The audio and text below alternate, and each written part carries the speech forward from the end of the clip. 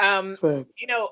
for a lot of rappers, when they become dads, the music focus kind of changes, and it becomes a little bit more introspective, a little bit deeper. A lot of people thought that was going to happen with your album, but it didn't seem to happen. Is that probably something that's going to affect you? Do you feel now, as a father, it's going to change like your lyrical content and things like that?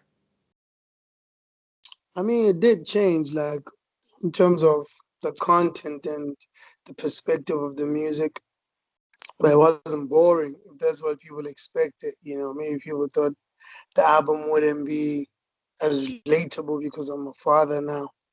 But I recorded the album when I was a father to be, so it's different. It wasn't like I was a new father. Like having a kid is different from expecting one.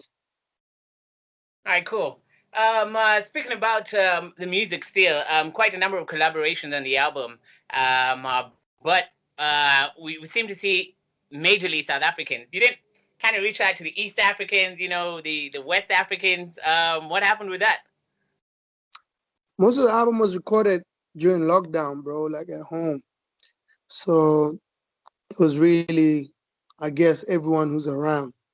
I wasn't thinking of where we could reach. I just wanted to make a dope rap album. So maybe had things been different and I was moving around, then maybe could have had different types of collaborations. But it was really just about who's around, who could add a great color to the album. Yeah. Uh, Coming back to the album in just a moment, we get back into your personal life. Recently on your Twitter, you talked about how you were at a music video shoot, but you were not going to have pictures of your son being put on social media. Um, Try to tell us a little bit about that. What's your stance on parents putting their kids on social media, and why you choose not to, at least not now? I mean, I have no problem with other people posting their kids. So my opinion is not on parents putting their kids on social media. I think it's a beautiful thing. I wish I could too, but I can't because with me it's different. I've got a lot of people that don't like me. So it's not like I'm putting out pictures, to families and friends who follow me. I've got a lot of people who follow me that love me, and I also have a lot of people that follow me that don't like me. They just want to be, Yeah. updated on, which is something weird. I don't understand how you would follow somebody you don't like. You're the king of endorsements, and I think it's only a matter of time, if it hasn't happened already, that Kotso is going to be getting, calls through you for endorsements. What do you think about kids, endorsing stuff? And are you planning on, easing your son into that world? Yeah, I think that's dope, and I'm thinking about it. He already has a few offers from people, but I don't know, man. Like I said, I really like to protect his energy. You know what I mean? Yeah, because he means the world to me, bro. Like he for me, he became the number one priority in my life, really. So I don't want to make any mistakes very early. But I'd imagine to a certain extent you probably are going to limit the number of visitors you can get at home, because you're like, listen, guys, don't bring nothing around here, right? That's our culture anyway. With us, a kid only gets seen after 3 months. All right, let's move away from that. Let's talk social. Another dad, Kanye West, has been in the news. The whole talk about the Masters. I'm going to start with the peeing on the Grammy thing. When you saw the video, I mean, as a musician, this is stuff you die for. Grammys, 21 Grammys, like Kanye West had. What was going through your mind when you saw him pissing on a Grammy? Man, I'm sure it was liberating for him. Well, it was peeing. There's a lot of things that Kanye does that I mean I don't understand too, but it's like when I say to people money isn't everything, I can only say that because I have money, right? So when Kanye pisses on a Grammy, he can only do that because he has 21. So it's not something that I could explain, bro. But I know that if I had 21 Grammys, I'd be able to relate. But for now, I can't. That's just a rich American rapper pissing on the Grammy. I don't know for what reason. I don't know what he was trying to say. But I don't. It wasn't about the Masters. But in terms of the Masters talk, I've always been a big uh, attorney for people owning their music. So I own all my music. So from the beginning of my career, I made sure that I had my paperwork right, and I've always used to tell my friends and the industry that you own your music, and they didn't get it. And now the music industry has changed with CD sales. Are not the main focus on selling music. They're not the biggest revenue. Now it's streaming, and with streaming, if you don't own your music, it's tricky. All right, cool.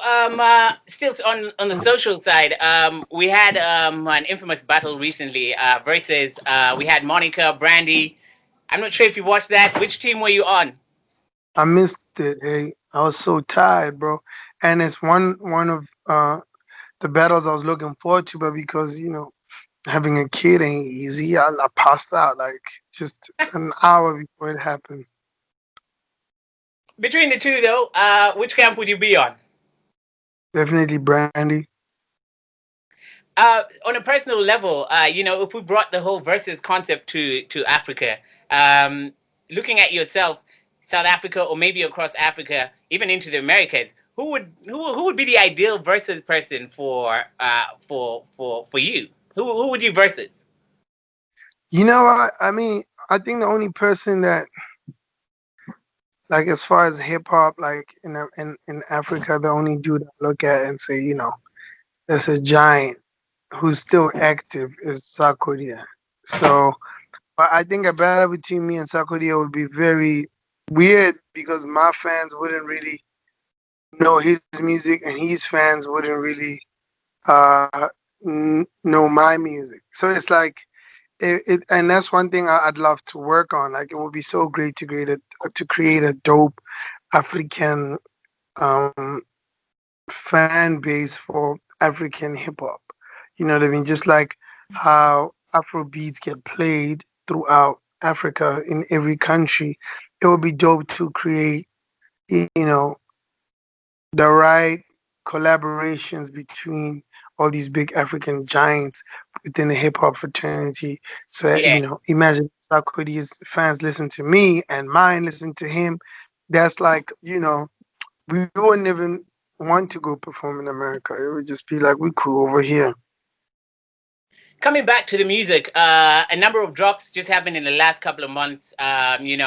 Nasty C recently from SA. You've had Sauti Soul. You've had Burner Boy, Yemi Alade. Are there any in particular you've been listening to, and you were like, okay, this was something. This was something. Yeah. Yeah, definitely nice to see. I haven't listened to anything else. I mean, I was making a hip hop album, so I wasn't even trying to get into um too many sounds. I checked out a few records on Burner's album just because I'm just a Burner fan. But Nasty C's project has been on repeat. What was it about Nasty C's album? What's your review on it? What do you think about it? I'm very interested in his journey because he's um he's adamantly trying to break into the international market, and he's a new breed of rapper who, for us, in our time, it was really all about like South African sounds and trying to break into South Africa. And for him, he's just a new kid who's like, yo, I'm just a rapper. So I'm just going to make hip hop music. I'm not going Yeah. to, you know what I mean? So it's very interesting to see that happening and how he's able to move without having to, deal with this voice that we have, like yo, you must rap in your mother tongue and all that stuff. So um, that's why it was so interesting for me, to listen to that album to see and hear, he's um, expression as to how this coolest kid in Africa sounds. You know what I mean? So it's very interesting for me to listen to it. I'm very interested in the whole journey. I want to see how far he's gonna take it. Yeah, we all are. We all are. All right, let's come back to any minute now. 21 tracks. That is pretty unusual in this day and age. It seems like everybody seems to be dropping EPs, 4 songs, their albums, 7, 8 songs. You put 21 babies on this one. That is something. Yeah, it was time to rap, man. And I had a lot to say. There's a lot of songs that I cut out that sorry, there's a lot of songs that I cut out that I really, really loved. They were like dope rap songs, but I had to make the album make sense. So, and with streaming, it's possible to have a 21, 30 album, 30 Yeah. track album. So I wanted to rap, man, and I wanted to rap about everything I wanted to rap about. I didn't want to limit myself, and I'm glad I did because everybody has a favorite. Every week it changes, but people like, yo, I love Friday night, and then next thing's, oh man, to whom it may concern is the realest thing I've ever heard, and oh man, like 2 weeks later, it's like, yo, and so it keeps changing because there's so much content and your moods change. You don't feel the same next week, so you might relate to another song, and it's really helping in terms of streams as well because people who want to go through the whole album and understand it, and you know, uh, the streams are looking good. We're definitely going to be hitting like a platinum soon. Yeah. Um, there was some talk that maybe you just had so much with you, quite a number of songs, unreleased stuff. Is there a lot of Cassper Nyovest content out there, like in the studio, that you haven't put out, and you put a lot of it out on the album?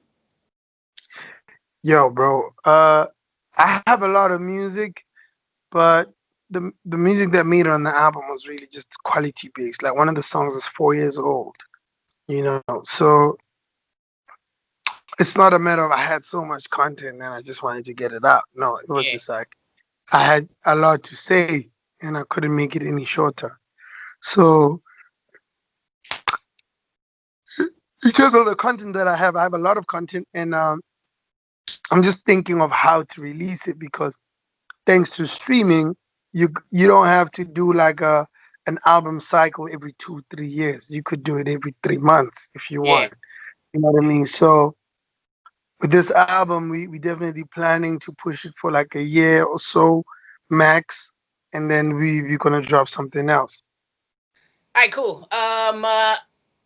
Yeah. Speaking about the collaborations, actually, we talked about that.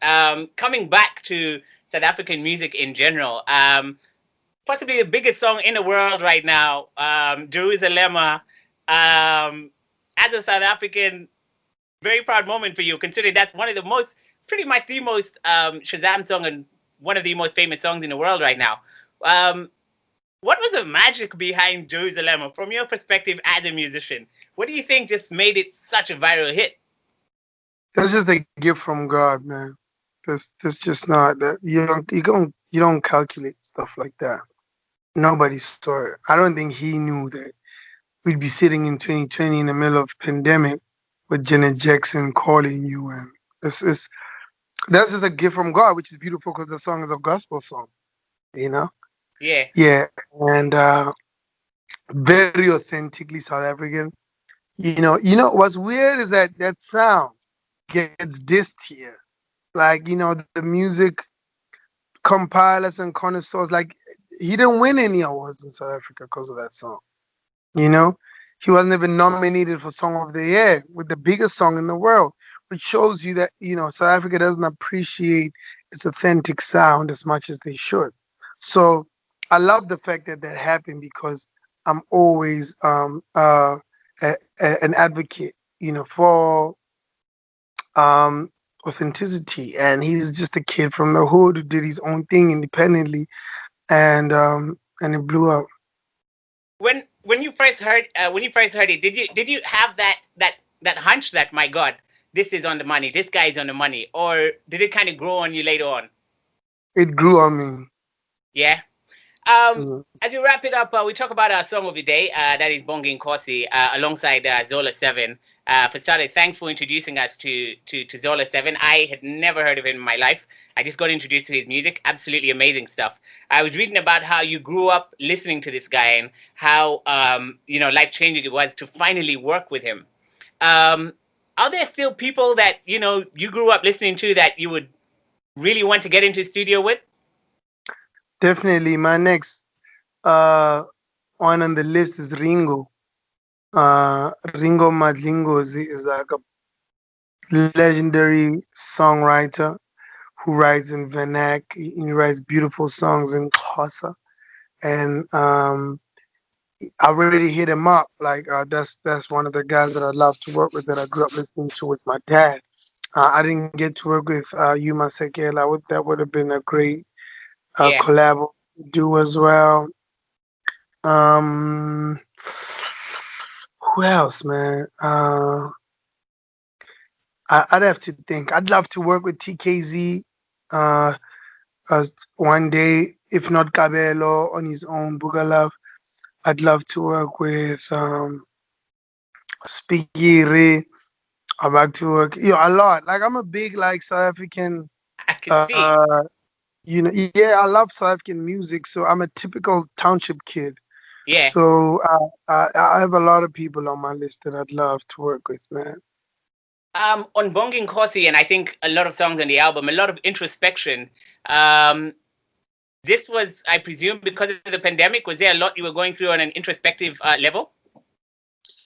That song just happened, bro. And I guess maybe that was just the soul crying out. I didn't plan that. It wasn't a calculated move. I called Zola to make something else. And somehow we ended up making a gospel song. So it's special when things like that happen because when we put out music like that, it's really not even about what people think of it or how well it does. It's really just a strong song with a good message, and I think that's why it's able to live. All right, cool. Thank you very much for joining us one more time. A shout out to the people watching right here in Uganda. Right before we say goodbye. Thank you, man. Shout out to the people in Uganda. You showed me love when I was out there, Uganda. I'm gonna be back soon. All right, cool. Thank you very much, brother. Peace.